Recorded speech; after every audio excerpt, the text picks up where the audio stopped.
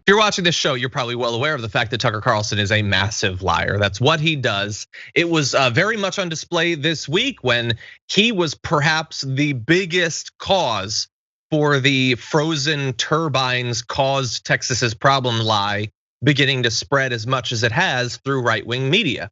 He just lied about it. He knew that they were lies, but it was convenient to him, so he lied about it. Now, how does someone actually do that? How does someone tell themselves it's okay to have a career where this is what you do? Well, oddly enough, that sort of questioning has been very much on his mind. But imagine if lying was your job.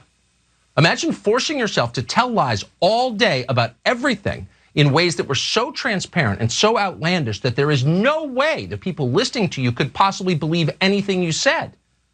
Then imagine doing that again and again and again every day of your professional life for your entire life.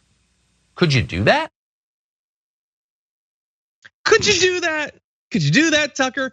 Imagine going on your show and telling your audience exactly what grift you're running.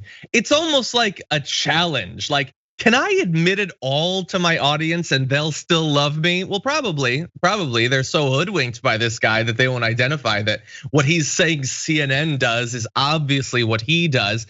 But he had that little monologue there mid-massive lie, amidst a variety of other lies about the vaccine and about the election and about Black Lives Matter and about basically everything. This is what he does, as well as one other thing, which we're gonna turn to a little bit later on.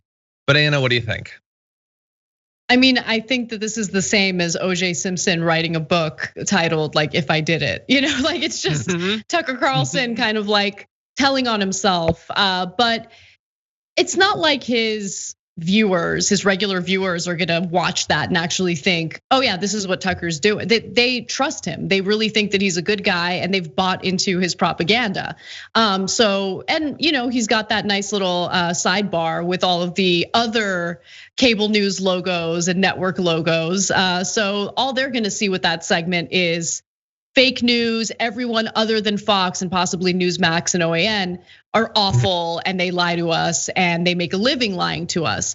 But also, like, one thing that stood out to me was how he was talking about individuals who lie and spread propaganda for a living, and he just had like what appeared to be genuine disgust. And I really hope that he has the self-hatred that he should have, considering the lies he knowingly engages in and doles out on a daily basis with his show.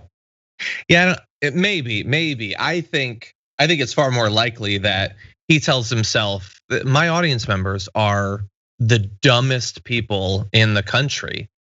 And I know that like people, especially conservatives watching this, are probably like, no, he's against the left, he hates the libs and stuff like that. But he doesn't. But is he though? Like, he doesn't have anything to do with leftists or Democrats. They don't watch his show. He doesn't interact with them. The people that he talks to are people that he only lies to, that he has no economic connection to these people. The class distinction, the divide is as big as it could possibly be. Like, I am sure that he has convinced himself that these dumb peasants, I can exploit them as much as I want. Like, the left doesn't really enter in it. He talks about them, but they have nothing to do with what he's doing. So I think there might be some self-loathing, but I think there's a lot more loathing for the people who are receiving that message from him. And I just want to remind people, by the way. Yeah, I agree with you on that. I mean, you can tell by the way he reads his monologues to his audience. He talks to them, he talks at them as if they're children. Yes, exactly. Why would they lie to you? And that is what they're doing. They're lying to you. But why? Yeah. Anyway, reminder in terms of the lying, like, I'm saying that he's a liar, Anna's saying that he's a liar. He seems to be admitting he's a liar, but let's be clear. The Fox News Network wants you to know that he's a liar, because we can go back to McDougal versus Fox News Network, that famous case that's now being referenced quite a bit, where the judge said this general tenor of the Tucker Carlson show should then inform a viewer that he's not stating actual facts about the topics he discusses and is instead engaging in exaggeration and non-literal commentary. The judge said Fox persuasively argues that given Mr. Carlson's reputation, these are all direct quotes from the write-up for the case. This is directly from what the judge wrote. None of this is added. Given Mr. Carlson's reputation, any reasonable viewer arrives with an appropriate amount of skepticism about the statements he makes. Whether the court frames Mr. Carlson's statements as exaggeration, non-literal commentary, or simply bloviating for his audience, the conclusion remains the same. The statements are not actionable because they're not based on anything. That was Fox's defense against a court case. And they apparently successfully argued that nobody who watches Tucker Carlson thinks he's actually telling the truth.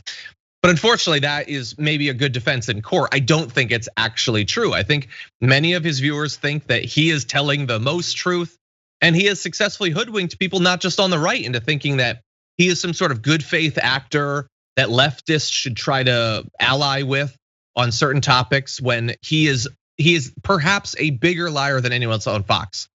Like the whole con of right-wing populism and all that, like everyone should be able to see through it.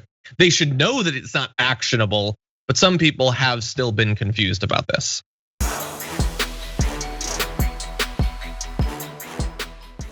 Check out the Damage Report podcast each day, wherever you get your podcasts, whether Pocket Casts or Stitcher or iTunes.